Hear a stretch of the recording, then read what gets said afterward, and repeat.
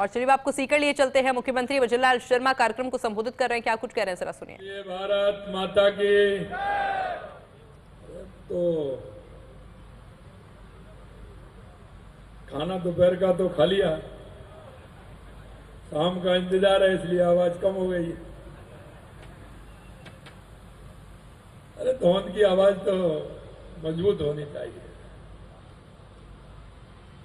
यहाँ का हमारा विधायक भी मजबूत है, आवाज भी मजबूत करिए।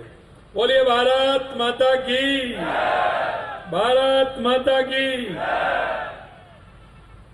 खाटू श्याम जी की, जीड़ माता की, सालासर बालाजी की, आप सभी की। आज के इस स्वागत कार्यक्रम में मंच पर विराजमान कैबिनेट में मेरे साथी नगरीय विकास मंत्री भाई जावर सिंह जी खन्ना साहब, हमारे पार्टी के वरिष्ठ नेता सैनिक कल्याण बोर्ड के अध्यक्ष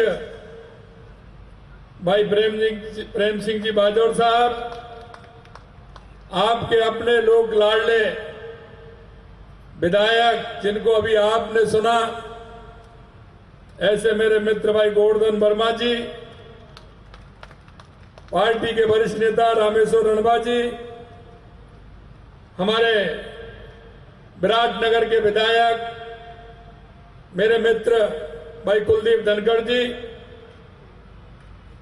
हमारे पार्टी के पदाधिकारी, किसान मोर्चा के पूर्व अध्यक्ष हरिराम रणवा जी, प्रधान धौन सुनीता रणवा जी, पूर्व जिला प्रमुख शोभ सिंह जी अनोखू, कार्यक्रम संयोजक मूलचंद जी रणवा साहब, जिला मंत्री भाजपा सीकर ओम प्रकाश जी बिजानिया, श्री राजवीर सिंह जी, श्री बलदेव हरपुरा जी, गोविंद बिजानिया जी, राधा किशन जांगड़ जी, रणवीर जी, गजेंद्र सिंह जी, और हमारे मंच पर विराजमान हमारे पार्टी के प्रदेश के पदाधिकारी मुकेश दादीज जी, श्रवण बगड़ी जी, लक्ष्मीकांत जी, मंच पर विराजमान सभी नेतागण, सबसे पहले तो मैं आप सभी को नमन करता हूं, प्रणाम करता हूं कि आप कितने समय से बैठे हैं। मुझे भी नहीं पता था कि कार्यक्रम में इतना लेट होना है, लेकिन मैं धन्यवाद देना चाहता हूं आप सभी को कि आपको इतना समय हो गया फिर भी आप बैठे हैं, और मैं सौभाग्यशाली हूं कि आप सभी के दर्शन का लाभ मुझे मिला है। इसके लिए मैं आप सभी को अभिनंदन करता हूं, आप सभी का वंदन करता हूं, आप सभी का प्रणाम करता हूं। मैं आपसे इतना कहना चाहता हूं कि विकास की बातें लगातार होती हैं, लेकिन कुछ विकास ऐसा होता है जो आदमी के जीवन को एक उत्साह में करता है, आदमी के जीवन को एक आशा भरी किरण दिखती है। जब हमारी राजस्थान की सरकार बनी थी तो हमने कहा था कि राजस्थान के विकास के लिए क्या क्या आवश्यक है। हमें सबसे पहले लगा क्योंकि राजस्थान में क्षेत्रफल की दृष्टि से राजस्थान सबसे बड़ा है, बड़ा भूभाग वाला है, हमारा मेहनती, हमारा किसान बहुत मेहनतशील है, संस्कारशील है। हमने कहा अगर हमारे प्रदेश का विकास करना है तो सबसे पहले पानी की आवश्यकता हो, और इसीलिए चाहे हमारी ईआरसीपी योजना हो जिसको रामजल सेतु का नाम हमने दिया है, चाहे हमारा यमुना जल समझौता हो, हमारी देवास स्कीम हो, हमारी माही स्कीम हो, इंदिरा गांधी नहर और गंग नहर हो, चाहे हमारी नर्मदा का पानी हो, इन सभी पर एक साथ हमने काम किया है। हमने हमारे देश के यशस्वी प्रधानमंत्री नरेंद्र मोदी जी से कहा कि राजस्थान सक्षम है, बहुत बड़ी संभावना राजस्थान के अंदर है। अगर आप हमें राजस्थान को अगर पानी मिलेगा तो निश्चित रूप से हमारा राजस्थान आबाद होगा, विकसित होगा, उत्कृष्ट होगा। और मैं धन्यवाद देना चाहता हूं देश के यशस्वी प्रधानमंत्री नरेंद्र मोदी जी को। जिन जिन योजनाओं को लेकर के मैं गया, उन्होंने उन सारी योजनाओं को पास किया, ERCP हो या यमुना समझौता हो। लेकिन मैं आपसे एक बात जरूर कहना चाहता हूं, मेरे भाई और बहनों, एक बात मैं जरूर आपसे कहूंगा, क्योंकि मैं शेखावाटी की जमीन पर खड़ा हूं। मैं इसलिए कहना चाहता हूं, यहां के लोगों ने प्रतिनिधित्व किया, यहां के कांग्रेस के लोग, कामरेड के लोग तो सिवाय विरोध के दूसरा काम उनका नहीं है। उनका विकास से कोई लेना देना नहीं है। कांग्रेस के लोगों का भी कोई लेना देना नहीं है। कांग्रेस के लोग यहां प्रदेश के अंदर भी बड़ी बड़ी मंत्री रहे, बड़ी बड़ी पोस्टों पर रहे और केंद्र के अंदर भी रहे। लेकिन जब चुनाव आते हैं तो वो आपको सपने दिखाते हैं। मैं आपसे सिर्फ निवेदन करने के लिए आया हूं, मेरे भाई और बहनों, अगर भाई वो होता है जो समय पर काम आता है और समय पर उसकी बात को रखता है। लेकिन ऐसे लोग जो हमेशा झूठ की और लूट की राजनीति करते हैं, उन लोगों ने हमेशा के लिए आपको पूछना चाहिए कि 75 साल में सबसे ज्यादा अगर राज किया तो कांग्रेस ने किया, चाहे वो केंद्र में हो, चाहे राजस्थान में हो, हरियाणा में हो। आपने शेखावाटी के पानी के लिए क्या काम किया, आप किस आधार पर आते हैं। लेकिन मैं आपको इतना ही कहूंगा, जब चुनाव आते हैं तो ये लोग आपके बीच में आते हैं। क्या आज कोई आपको चुनाव लग रहा है क्या? अरे अभी कोई चुनाव है क्या? आप बताइए, कोई चुनाव है क्या? मेरे से कई लोगों ने कहा कि आप यह 40, 47, 48 के टेम्परेचर में क्यों जा रहे हैं। मैंने कहा मैं जाऊंगा, मेरे को 48 टेम्परेचर कुछ नहीं करेगा। मेरा किसान 48 और 50 में खेत में काम करता है, मैं उसी किसान का बेटा हूं, मैंने भी किया है, इसलिए टेम्परेचर से मेरे फर्क पड़ने वाला नहीं है। मैं आपको इतना ही कहना चाहता हूं, ये वो लोग हैं विधानसभा हमसे पूछ रहे कितना पानी दोगे। अरे भाई, तुमने क्या किया है जो तुम हमसे पूछ रहे हो? तुम करते कुछ और उसमें हम ज्यादा ऊपर नीचे करते तो पूछने के हकदार थे। तुमने तो कुछ किया ही नहीं, तुमने तो एक पत्र भी नहीं लिखा। मैं आपसे इसलिए कहना चाहता हूं, हम जो कहते हैं वो करते हैं, और देश के यशस्वी प्रधानमंत्री नरेंद्र मोदी जी जो कहते हैं वो करते हैं। सबका साथ, सबका विकास, सबका विश्वास के साथ चलते हैं, इसलिए उन पर देश की जनता विश्वास करती है। इन लोगों ने किस तरह की बातें की हैं, अभी भी ट्वीट करते हैं, बताइए मुख्यमंत्री जी कितना आएगा। अरे आपके सामने आ जाएगा, क्यों चिंता कर रहे हो? जो आएगा आपके सामने आ जाएगा और होगा वो अच्छा होगा। आप जो सोच रहे हैं उससे ज्यादा होगा। क्योंकि जब मैं ERCP पर विधानसभा में बोल रहा था, मेरे से बोले कितना पानी आएगा ये तो बताओ। अरे मेरे क्या आ जाएगा, कितना आएगा? 3510 से कम आएगा, मेरे 3510 से ज्यादा आएगा। अब 4100 क्यूसेक पानी आ रहा है, 4100 क्यूसेक पानी आ रहा है, अब भी विरोध कर रहे हैं। अरे कुछ तो समझो, राजस्थान की जनता को ये पूरा लिख रही है, पूरा जानती है। अभी कह रहे हैं मेरे से,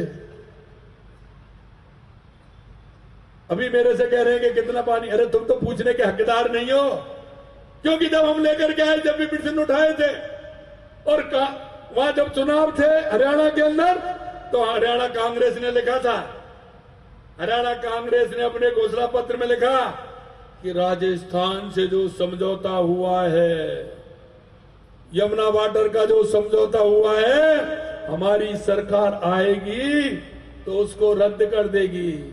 अरे मैंने कहा यार, शेखावाटी के भाई बहनों का आशीर्वाद है भारतीय जनता पार्टी के ऊपर, आपकी कांग्रेस आने वाली नहीं है हरियाणा में। इसलिए आप सपने मत देखिए, सपने मत देखिए।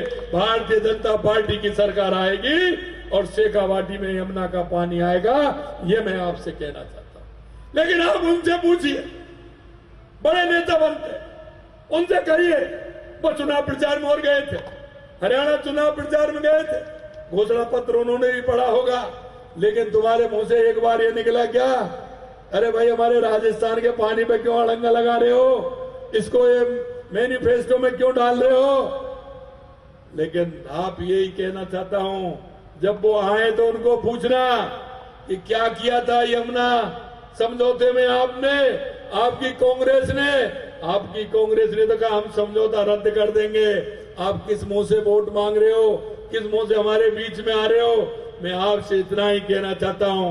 मैं एक और आपको विश्वास दिलाना चाहता हूं। जिस विश्वास के साथ राजस्थान में भारतीय जनता पार्टी की सरकार आई थी और जिस विश्वास के साथ आपने भारतीय जनता पार्टी को लाए थे, हमारे संकल्प पत्र में जो वादे हैं, हम एक एक वादे को पूरा करेंगे, एक एक वादे को पूरा करेंगे।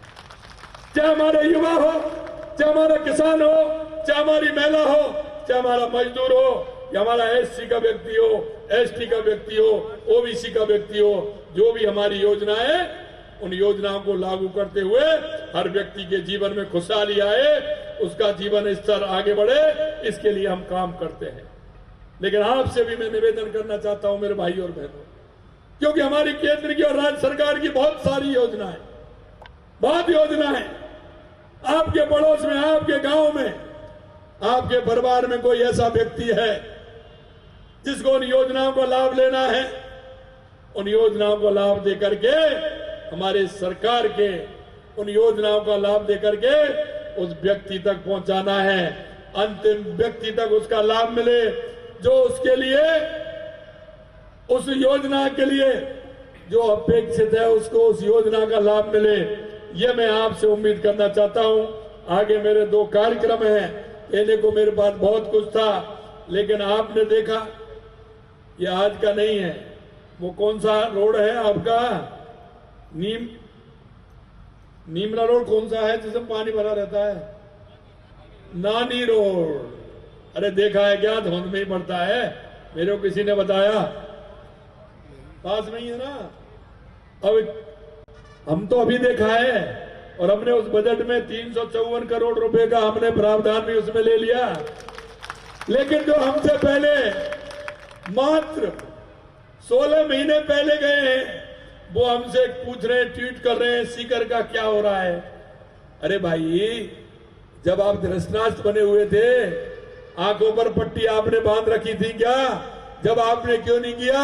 अरे हमको तो गोवर्धन जी ने, झावड़ जी ने, प्रेम सिंह जी ने, आप लोगों ने बताया, तुरंत ही हमने बजट में प्रावधान कर दिया। चिंता मत करिए, कोई भी समस्या होगी उसका समाधान करने के लिए हम उसका समाधान करेंगे। ये मैं आपसे कहना चाहता हूं।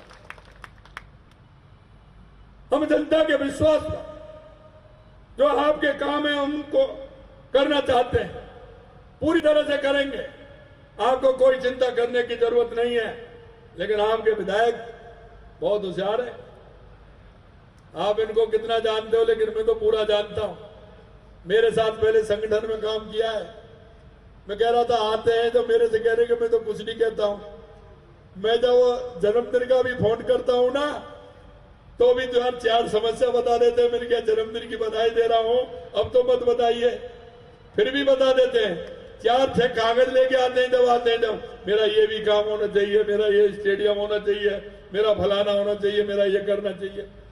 मैं निश्चित रूप से धन्यवाद देता हूं गोवर्धन जी को, जो एक जनप्रतिनिधि का काम होता है उस काम को बड़ी तल्लीनता के साथ करते हैं। ये भी मैं आपसे कहना चाहता हूं। इसलिए अंत में मैं इतना ही कहूंगा, एक साथ आप सभी के दर्शन का लाभ मुझे मिला है। मैं बार बार आपके बीच में आऊंगा, बार बार मैं आपके बीच में आऊंगा। और मैं सही कह रहे हैं गोवर्धन जी, रात को 2 बजे तक अगर कोई आएगा, मेरे लिए कोई परेशानी नहीं है। कभी कभी मैं विधायकों को समय देता हूं, आज ही मिलना है, आज मिलना है तो 11 बजे तक मीटिंग है, 11:30 आ जाना, 12:30 आ जाना, 1 आ जाना, 1:30 आ जाना, 2 बजे तक, 1:45 बजे तक आ जाना। 2 बजे बाद नहीं दूंगा। और मैं आपसे कहना चाह रहा हूं कि आपको किसी तरह की चिंता करने की जरूरत नहीं है। मेरे भाई और बहनों, हम किसी के साथ पक्षपात नहीं करते हैं।